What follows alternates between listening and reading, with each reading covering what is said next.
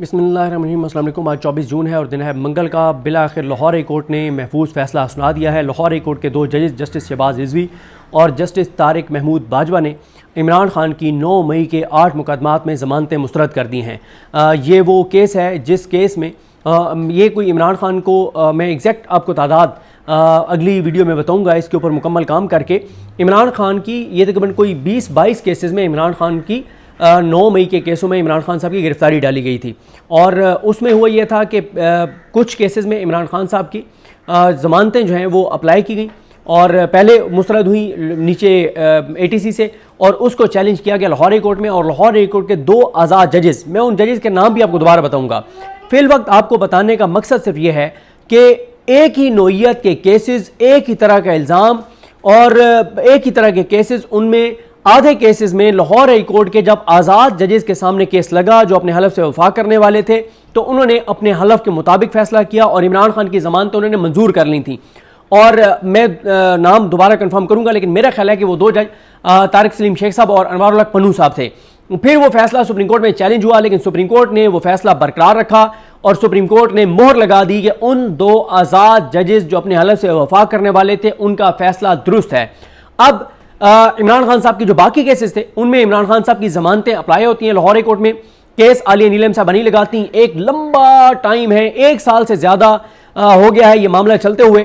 उसके बाद आलिया नीलम साहब जब बहुत ज़्यादा दबाव बढ़ाते हैं बैरिस्टर सलमान सफदर साहब, उसके बाद और अहमद मिसर उनके साथ उनके एसोसिएट हैं जो बहुत ज़्यादा लाहौर हाई कोर्ट में चक्कर लगाना, दफातर के चक्कर लगाना, बार बार खुद भी कोशिश कर रहे थे सलमान सफदर साहब। और फिर उनकी बहुत ज़्यादा कोशिशों के बाद एक बेंच बनता है और उस बेंच में जस्टिस शहबाज रिजवी और जस्टिस तारिक सलीम शेख होते हैं।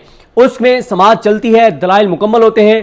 केस आधे घंटे की समाअत अभी रह गई थी कि आधे घंटे में केस कंक्लूड हो जाता कि बेंच तोड़ दिया गया और तारिक सलीम शेख साहब को भेज दिया गया बहावलपुर बेंच में।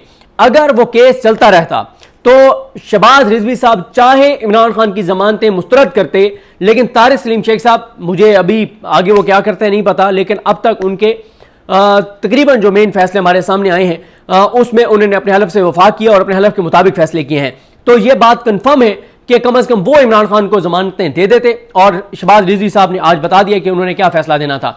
बेंच तोड़ा गया, बेंच नया बना, शहबाज रिजवी साहब के साथ तारिक महमूद बाजवा साहब को ऐड किया गया। फिर इस दौरान इनकी शहबाज रिजवी साहब की वालदा मोहतरमा का इंतकाल हो जाता है, ये छुट्टी पे चले जाते हैं। फिर ये छुट्टी से वापस आते हैं, छुट्टी से वापस आके फिर ईद के मौके पे ये जो वहाँ के कोर्ट रिपोर्टर्स ने रिपोर्ट किया कि इसलिए मुल्तान बेंच में चले गए कि मैंने घर भी टाइम देना है और मैंने चले काम भी करता रहूँगा। वो उससे फिर होता यह है कि TADA आपका बन जाता है, आप घर से भी चक्कर लगा लेते हैं और आप क्योंकि केसेस सुन रहे होते हैं तो वो TADA सारा आपका बन जाता है। तो ये फिर छुट्टी पे चले गए। फिर इमरान खान की ईद से पहले समाअत नहीं हुई, फिर ईद के बाद समाअत, लंबी लंबी तारीखें। बिल आखिर कल केस का फैसला महफूज होता है। बताया गया कि कुछ देर में फैसला सुनाएंगे, बताया गया 3 बजे फैसला सुनाएंगे, नहीं सुनाया गया। फिर कहा गया आज सुनाएंगे, फिर पता चला 12 बजे फैसला आएगा, 12:30 आएगा, 1 बजे आएगा। लेकिन अब तकरीबन कोई 3:30 बजे, 3:30 के भी बाद केस का फैसला सुनाया गया है और इमरान खान साहब की 9 मई के 8 केसेस में जमानतें मुस्तरद कर दी गई हैं। इमरान खान साहब इस वक्त अडियाला में 2 केसेस के अंदर जेल में है। एक इमरान खान साहब इन 8 केसेस में जेल के अंदर थे, दूसरा इमरान खान साहब अलकादिर केस की कन्विक्शन में जेल के अंदर है। अलकादिर केस की भी सूरत हाल आपके सामने है कि कितनी ज्यादा तगोदो करने के बाद, और credit goes to Alima Khanam Sahiba, Naureen Niazi साहिबा और डॉक्टर उज़मा खान साहिबा, इन 3 बहनों को यह क्रेडिट जाता है कि इन्होंने बहुत ज्यादा फोकस रखा, ये बहुत ज्यादा इन्होंने दबाव बढ़ाया इस्लामाबाद कोर्ट पर और इनके दबाव बढ़ाने के बाद जाकर और केसेस लगा। लेकिन फिर जो है वो एक जज जस्टिस मोहम्मद आसिफ छुट्टी पर चले गए। फिर 11 को PTI ने वहां बहुत प्रोटेस्ट किया और 11 को समाअत रखी गई 26 जून तक। और फिर इससे पहले जिस बुनियाद पर वो केस डिले हो गया था कि नैब ने स्पेशल प्रोसिक्यूटर की तैनाती करनी है, लेकिन इस वक्त तक आज 24 जून जब मैं ये वीडियो रिकॉर्ड कर रहा हूं अभी तक नैब के स्पेशल प्रोसिक्यूटर की तैनाती नहीं हुई। अब 2 केसेस में इमरान खान जेल के अंदर है, अलकादिर केस की कन्विक्शन में और 9 मई के केसों में। अब 9 मई के केसों में तो इमरान खान की जमानत मुस्तरद हो गई है। अब जो इमरान खान की जमानत मुस्तरद किया है जस्टिस शहबाज रिजवी ने और जस्टिस तारिक महमूद बाजवा ने, अब ये फैसला चैलेंज होगा सुप्रीम कोर्ट में। एक बात आपको ध्यान में रखनी चाहिए कि ये आज फैसला एक ऐसे वक्त में आया है और इतने मशकूक अंदाज में आया है जब chief justice Pakistan justice Yahya Khan Afridi खुद लाहौर में मौजूद हैं। ये एक इसको सोशल मीडिया पे जोड़ा जा रहा है आपस में कि इनका दोनों का आपस में लिंक है। मैं नहीं समझता इनका कोई लिंक है, क्योंकि उसकी वजह यह है कि पहले भी जो जाहिया अफरीदी साहब इधर बैठे हुए थे तो इमरान खान साहब के हक में हाशिम खान काकर साहब के बेंच ने एक फैसला दिया, लेकिन फिर मसला यह है कि उस केस में और इस केस में फ़र्क ये था कि इस केस में इमरान खान साहब जो हैं अगर आज उनकी ज़मानत आ जाती तो फिर एक ही केस में उनको जेल में रह जाते, उसकी नोयत मुख्तलिफ थी। ये बहुत इंपॉर्टेंट केस था इमरान खान की रिहाई के लिए। इमरान खान की रिहाई के लिए दो अहम तरीन केसेस में से एक केस में इमरान खान के खिलाफ ऐसा फैसला आना जो बिल्कुल गैर आईनी गैर कानूनी है, क्योंकि उसकी वजह यह है कि इमरान खान साहब के इन्हीं केसेस में, इन्हीं इल्जामात पे, इसी नोयत सेम केसेस में इमरान खान साहब की जमानतें हो चुकी हैं। तो फिर ये कैसे मुस्तरद हो गई, तो और फिर एक ऐसे वक्त में कैसे मुस्तरद हो गई जब चीफ जस्टिस पाकिस्तान जो है वो लाहौर में मौजूद है। देखें मसला ये होता है, नीचे के जजेस जो है वो ऊपर के अपना जो चीफ जस्टिस पाकिस्तान होता है उसके मिजाज को देख के फैसले करते हैं। ये बात तो है, ये गलत नहीं है, यानी सारे जजेस नहीं लेकिन बल्कि अक्सरियत जजेस करते हैं। चंद एक जो अपने हलफ से वफा करने वाले होते हैं वो ऐसे नहीं करते। ये इसलिए इंपॉर्टेंट होता है कि अब लाहौर हाई कोर्ट के जजेस को पता है कि हमने अगर सुप्रीम कोर्ट में जाना है तो हमने चीफ जस्टिस पाकिस्तान के वोट से जाना है, उसकी बड़ी इंपॉर्टेंस है उसकी भी। और उनको यह भी पता है कि ये ऐसे चीफ जस्टिस पाकिस्तान है जिनको हुकूमत नून लीग और पीपल्स पार्टी लाए हैं तीसरे नंबर से उठाकर। तो ये होता है अक्सर कि जब नीचे के जजेस को ये पता हो कि एक चीफ जस्टिस जो है उसका किसी पार्टी के साथ कोई पर्सनल उसकी लड़ाई है तो फिर वो ये उसका मिजाज को देख के फैसले करते हैं। अब जाहिया अफरीदी साहब की क्या लड़ाई है इमरान खान के साथ? उनकी लड़ाई ये है कि इमरान खान 26वीं आईनी तरमीम के खिलाफ हैं। वो 26वीं आईनी तरमीम जिसके तहत नवाज शरीफ, जरदारी और इस निज़ाम ने मिलकर जस्टिस जाहिया खान अफरीदी को चीफ जस्टिस पाकिस्तान लगाया है। अब नीचे के जजेस को पता है कि इमरान खान की लड़ाई है chief justice Pakistan justice Yahya Afridi के साथ, और जस्टिस जाहिया अफरीदी साहब की लड़ाई इस बात पर है कि जिस दिन इमरान खान रिहा होगा और अगर वो कोई मार्च करता है, एहतजाज करता है तो वो 26वीं आईनी तरमीम के खिलाफ करेगा, और 26वीं आईनी तरमीम अगर खत्म होती है तो जाहिया अफरीदी साहब चीफ जस्टिस पाकिस्तान नहीं रहेंगे। तो ये भी एक पहलू है जिसको सोशल मीडिया पे बहुत ज्यादा जो है वो डिस्कस किया जा रहा है। फिर इसी तरह से आज यास्मीन राशिद साहिबा और शाह महमूद कुरैशी साहब की जमानतों की दरखास्तों के ऊपर समाअत थी। अब मुझे नहीं पता कि वो कौन से जज कर रहे हैं, मंजर अली गिल समाअत कर रहे हैं या एक और जज हैं ATC के वो कर रहे हैं, लेकिन वो जज आज छुट्टी पे चले गए और उनकी जमानत की दरखास्तों पर समाअत नहीं हो सकी और मामला 28 जून तक चला गया है। मसला ये नहीं है कि उनकी जमानत की दरखास्तों पर समाअत नहीं हुई, ये कम से कम कोई 25वीं बार हो रहा है कि डॉक्टर यास्मीन राशिद, शाह महमूद कुरैशी साहब, एजाज चौधरी साहब, उमर सरफराज चीमा साहब, मियां महमूद रशीद साहब, इनकी जमानत की दरखास्तों पर समाअत होती है लेकिन जज छुट्टी पे चला जाता है या प्रोसिक्यूशन रिकॉर्ड पेश नहीं करती और अगली तारीख पड़ जाती है।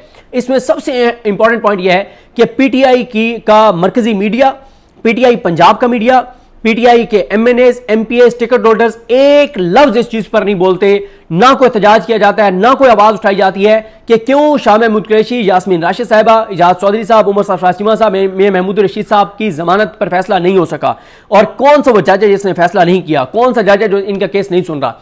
इस पे तहरीक इंसाफ की पूरी मरकजी क़यादत, तहरीक इंसाफ मुकम्मल तौर पर खामोश है। मैं आपको एक चीज अर्ज करता हूं इसमें, क्योंकि ये बात इसलिए कर रहा हूं कि कुछ PTI के लोग सोशल मीडिया पे जो इस अपनी लेला क़यादत के हक में जो है वो एक्टिव हो जाते हैं और हम पे बरस पड़ते हैं, हमें टारगेट करते हैं। मैं उन PTI के लोगों को कहता हूं जो इस लेला क़यादत को डिफेंड करते हैं कि अपनी लेला क़यादत को कॉल करें, जितनी लेला क़यादत है, छोटे बड़े जितने लेले हैं, इन बड़े लेलों को, छोटे लेलों को, सारे लेलों को फोन करें और मुझे आप अगले 1 घंटे में बता दें कि डॉक्टर यास्मीन राशिद इस वक्त कितने केसों में अंदर है, कितनों में उनकी जमानतें हो गई हैं, कितनों में नहीं हुई, और कितने अरसे से कौन सा जज कितनी बार उनकी जमानत की दरखास्तों पर समाअत मुकर्रर करके और उसने फैसला नहीं किया। हर एक का मुझे चेक करके बता दें। आपको मैं चैलेंज करता हूं, आपको ये डाटा नहीं मिल सकता, नहीं मिल सकता, नहीं मिल सकता, क्योंकि PTI की जो लेला क़यादत है, इस लेला क़यादत के पास ये रिकॉर्ड है ही नहीं, इन्होंने ये रिकॉर्ड बनाया ही नहीं है। जब इमरान खान साहब जब तक बाहर थे उस वक्त तक एक टीम बनी हुई थी और एक टाइम था जो सबसे ऑर्गेनाइज्ड टाइम था इस हवाले से, वो था जब मलिका बुखारी इस चीज को हैंडल कर रही थी। मलिका बुखारी ने एक ऐसा सिस्टम बनाया हुआ था कि सिंगल क्लिक के ऊपर वो जब हम उन्हें कॉल करते थे कि इमरान खान का कौन सा केस कौन सी स्टेज पर है, इमरान खान का कौन सा केस की कब समाअत है, इमरान खान के कौन से केस में कौन वकील है, तो फलां के केस में क्या सूरत हाल है, वो एक फाइल भेजती थी, उसमें सब कुछ लिखा हुआ होता था कि इस केस में ये वकील है, आखिरी समाअत फलां तारीख को हुई है, अगली समाअत इस तारीख को होनी है। एक एक चीज इस वक्त पीटीआई की लेला क़यादत जो इमरान खान के नाम पे वोट लेकर अयाशियां कर रहे हैं, इनके पास कोई रिकॉर्ड नहीं है कि ये जो 5 असीरान हैं इनकी, और आप इससे बड़ी बात क्या हो सकती है कि 7 मई को सुप्रीम कोर्ट ने एक फैसला दिया कि पार्लियामेंट मिलिट्री कोर्ट्स के कन्विक्टेड जो लोग हैं उनकी अपील के लिए कानून साजी करे।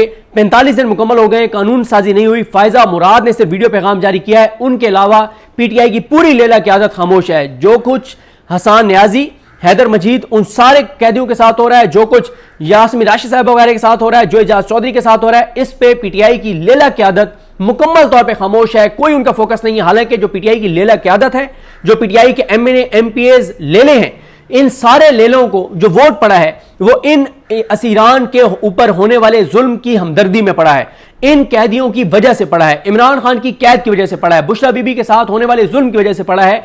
ये सारे लेले बेनिफिशरी हैं इमरान खान के ऊपर होने वाले जुल्म, उसकी कैद के और उसके असीरान के जो उसके नाम से, उससे कमिटमेंट की वजह से कैद हैं। लेकिन ये लेले कोई उनके लिए आवाज नहीं उठाते, कोई इनके पास रिकॉर्ड नहीं है, कोई इनके पास चीज नहीं है, और इसी वजह से अदालतें डंके की चोट के ऊपर जो है वो सरेआम नाइंसाफी में मबनी फैसले दे रही हैं। उन्हें पता है कि हमारा कोई कुछ नहीं बिगाड़ सकता, ये निज़ाम हमारे साथ है, ताकत हमारे साथ है, और पीटीआई में इतना दम खम नहीं है कि हमें चैलेंज दे सकें या हमारे खिलाफ नैरेटिव बना सकें और हमें एक्सपोज कर सकें। यह सूरत हाल है।